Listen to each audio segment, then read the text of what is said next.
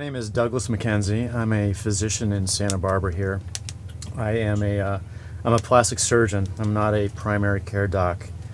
However, I did spend a number of years in the military, in the reserves. I was a flight surgeon, so I had some primary care experience, but with adults. And in fact, part of that, I was head of the immunology section, which was simply where vaccines were given in my medical group. But I'm a plastic surgeon by trade. So, in those days of being in the military and training, also, you were pro-vaccine, is it safe to say? Yes.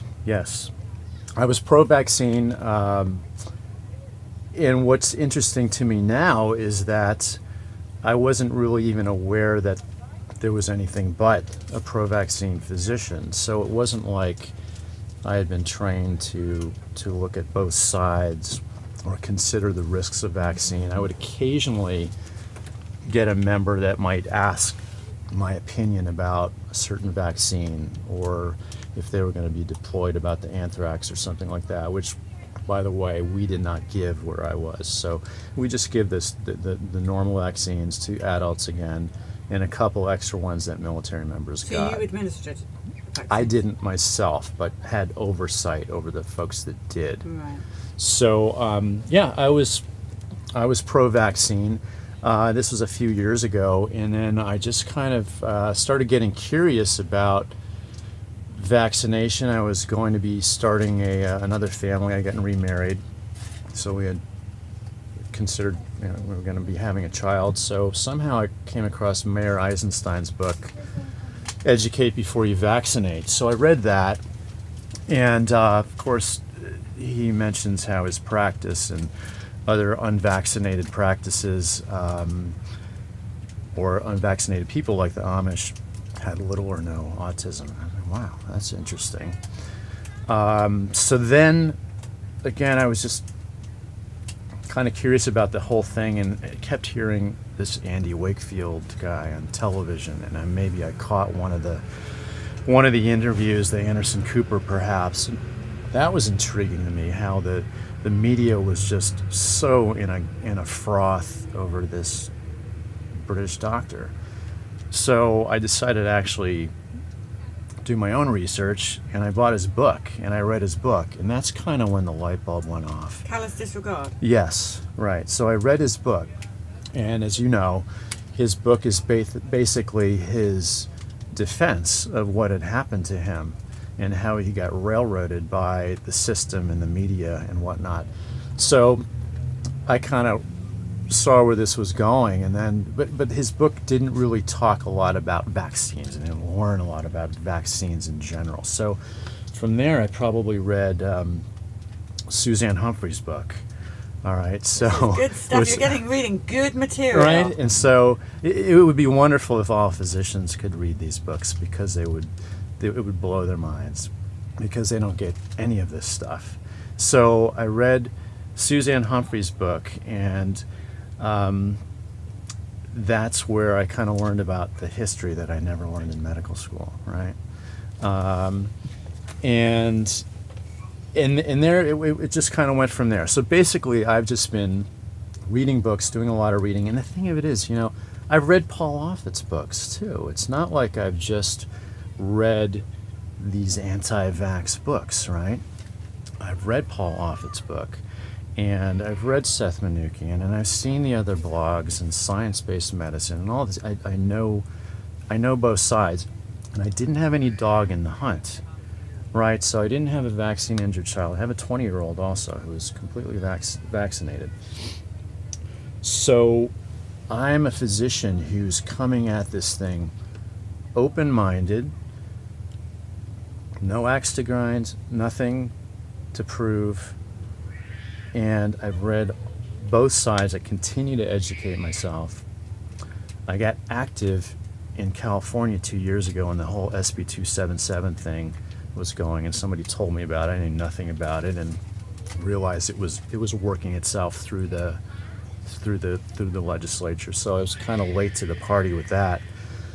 But I've just kind of had a whole 180-degree turn. And I think that any physician who will do their own research and look at the science, okay, and look at the both sides of this, and look where the biases are, and look at the bad epidemiology that's out there, will have a change of heart.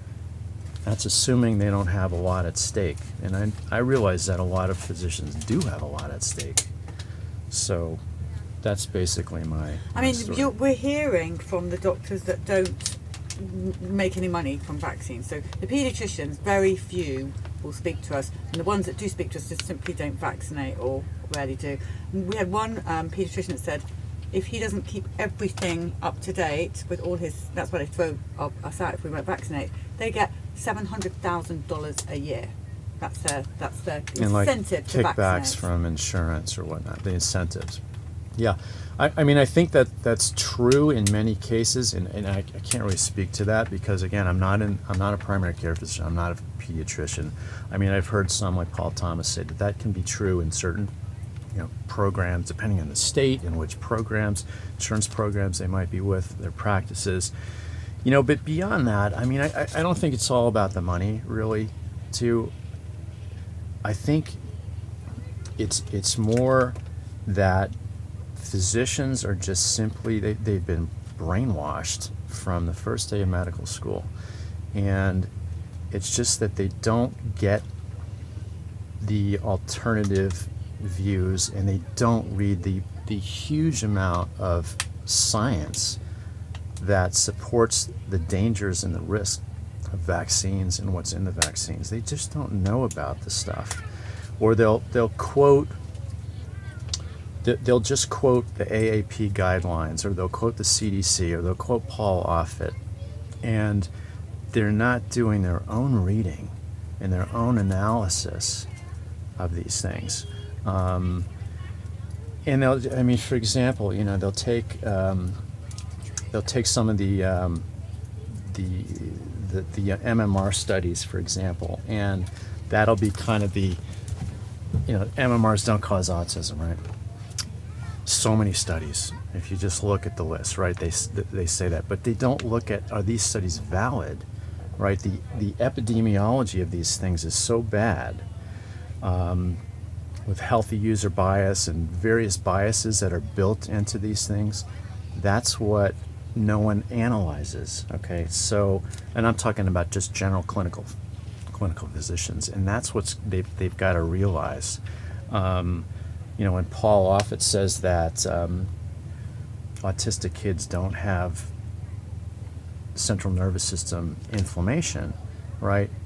But we know from a Vargas study that they do, or various other studies that have shown inflammatory mediation in the brain, like Suzuki and whatnot. I mean, it's there. So they're relying on this argumentation by authority from people like Offit to just spout little vaccines don't cause autism, and that's the whole culture. It's like a religion. It's a whole culture that's been ingrained in medicine, and that's what I want to help be part of. One of those people that switch that.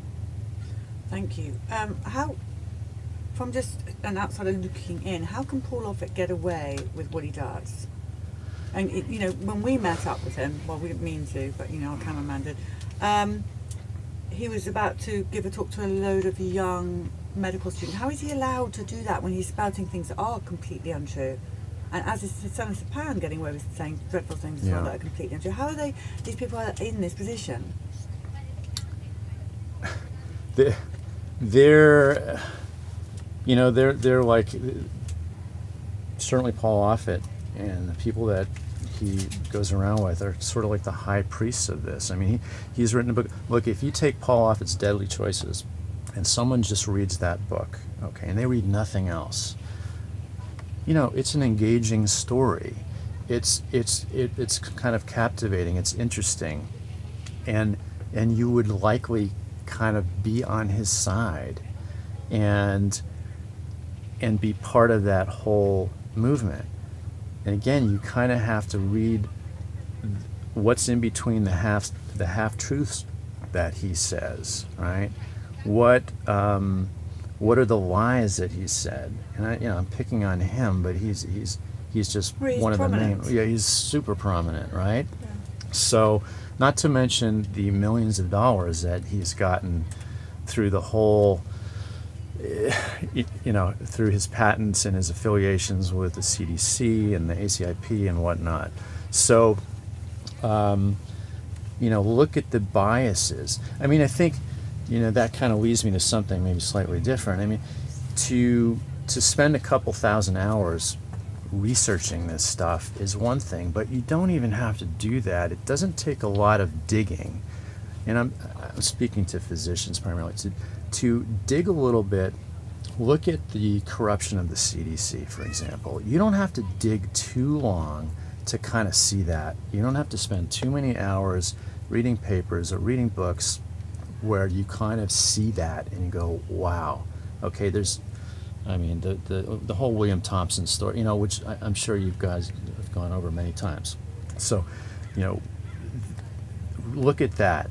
Take vaccines, take the hepatitis B. Try to rationalize that whole hepatitis B situation. If there's one vaccine that makes 0 sense on any level, do that. So I would tell physicians, ask yourself, why does a day-old baby get a hepatitis B vaccine? It's just completely ridiculous. Those are some of the places that I would say start. Did you end up having children? I did, yes. And so I are have they 2 children. Vaccinated? Well, the first one, like I said, is 20, and Yeah. that was when I was completely ignorant, and he got everything, and knock on wood, he's healthy. Okay. The second one is partially, and so again, when I started, I was just kind of doing this. Okay, just kind of getting into the self-educating, right? So he's had a few, and then we stopped because I was like, wow, it's just no, it doesn't. I It's can't just- tell you how healthy the unvaccinated Yeah, are that we are meeting. absolutely. It is unreal. That's another thing. It's like, with the science, it's like, obviously, what we need to do, and it'll never get done, or they won't want to do it, is to compare vaccinated kids with unvaccinated. Of course, it wouldn't be ethical. Well, they're already out there. Just, But look why at the we're doing it here unvaccinated on the kids that are bus. out there, right?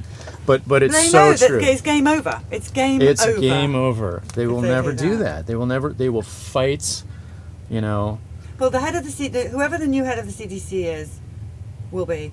They can do that. They can commission that study. And if it's Dave Weldon, it is game over for everyone. Yeah, but what is that? They ignore you, then they laugh at you, then they fight you, and then you win. Well, that's going to be a big fight. We've ignored, laughed. Yeah, we've had all those. We're Right? going into the win stage now. Yeah. It's a groundswell that's happening. I mean, you are a huge part of it, but it's so many other places it's part of it. This wasn't even a discussion or on people's radar, physicians or otherwise. And now it is. I mean, with all the movies, Trace Amounts, your movie, the Vaccines Revealed, which I just started watching, which is fantastic. People are waking up. Doctors are waking up. Oh, and before I, get off the bus and forget about this, Physicians for Informed Consent.org. Okay, it's a new physicians group with a very simple mission to educate people about informed consent and to oppose mandated vaccination laws. So it's a group of physicians, MDs, and PhDs. So anyone that's watching, I would encourage you, please join. So, And other people can physicians join for too. informed consent. Do you have to be a doctor to join? It's really annoying. I'd There's love to join. there's another category. So yes, you can join. All right, everybody, pass that around. Our peeps will pass that everywhere. By the way, everyone, absolutely, got loads But of certainly- hearts here. Have you got hearts? Yeah. Yeah, and certainly tell physicians about it. MDs, DOs, PhDs, scientists that are on the right page here, or even that are on the fence but thinking about it, because I know there are a lot of physicians out there that are really uneasy about vaccines, but they are afraid to talk about it, right? They're afraid to talk about it. They're afraid to bring it up. You know, this is an organization to hopefully give them a safe space, and I want to use that word, a safe space for physicians to come to and be a single voice on this. And it's the first organization of its kind, so it's fairly new. What is it, like a website or a well, Facebook it's page? a, How are you talking between your... there's a meeting next month. Yes, it's a website, physiciansforinformedconsent.org, so it's a website. You can go to the website. We have our first meeting next month in Costa Mesa, so we hope to get more people to come, and we're signing up people now. We're growing quickly, but we just went with their first PR release on public a month ago, so we're a brand new organization. Well, you know what? Anything we can do to help promote you, or it's so important what you're doing, we'll exchange things. We'll go Sure. out. We'll go out with any news or anything you want us to. Well, that'd be great. That would be fantastic. Yeah. And we meet a lot of doctors. Well, you're a brave doctor, and everybody loves you. Like I said, loads of loves and hearts. Anything else you want to say before you go? I'm sure I forgot something that I wanted to say, but no. Can I just ask you one quick question before you go? We're about to have a story in a minute about children that were injured after the SB277. Mm-hmm. Okay, guys, breaking news. That's coming in a minute. And I was honoured to be at the rally the first day that SB277. I feel like I want to say it was the 1st of July, and we said to Pan and Alan and everybody else who signed that silly, very silly law that there would be death, there would be injuries beyond belief from this day forward, and they would have blood on their hands. And absolutely that has happened, as we're about to hear from one family. Why? Here's the thing. A crime is being committed to these children that are about to be interviewed. So why are the police not called, and why is this man not arrested? Why are we... I don't understand what's going on here. You know, I don't know. I mean, I don't know the answer to that. I mean, you know, fighting this in the courts, it's been tried. I think there are other efforts afoot to do that. I don't know how much traction they've got, how successful they will be. There's even, you know, as you know, a RICO action, a pro se RICO action, but I don't know where that will go. You know, unfortunately, the law, and case law, I mean, going back to Jacobson, Supreme Court case law, you know, is not on this side, and that's a tragedy. But if you look at, you know, even going back to Jacobson, which was a Supreme Court decision in 1905, right? It had to do with smallpox. It had to do with an epidemic. The predominance is going to be on whoever is, there's whatever the more standard of care is and whatnot. Even going back then, they didn't even bring in a lot of the science at the time, and that's kind of something that's been followed on with more Supreme Court decisions and other legal action in the you know, subsequent to Jacobson, and that just opened up the doors to states mandating vaccine laws. Okay, so even in the 1920s, the Zook decision was nothing like the Jacobson's decision, but they used that as precedent.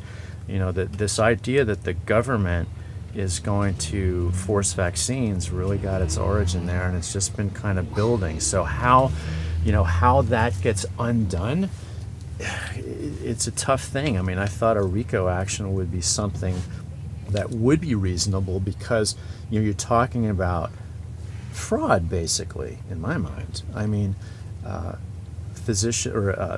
state legislators that are getting campaign money that are basically just parroting what is literally being whispered in their ear by pharmaceutical industry people, and they're on the payroll of those pharmaceutical industry companies.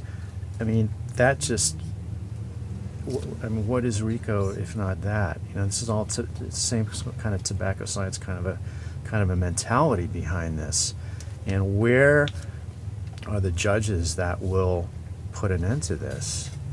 But they, just like everyone else, has preconceptions about vaccines, and vaccines are the greatest invention of the 20th century and saved 20 billion people and all this stuff. And that's the culture, that's the mentality, that's the religion.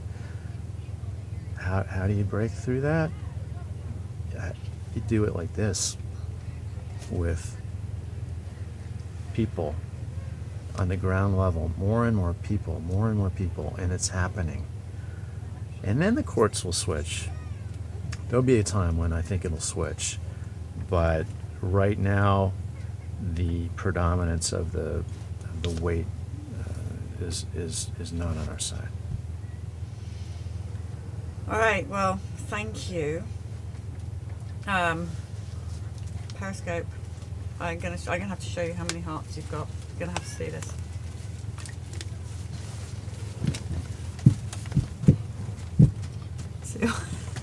See all those hearts. Oh, God. They're coming in.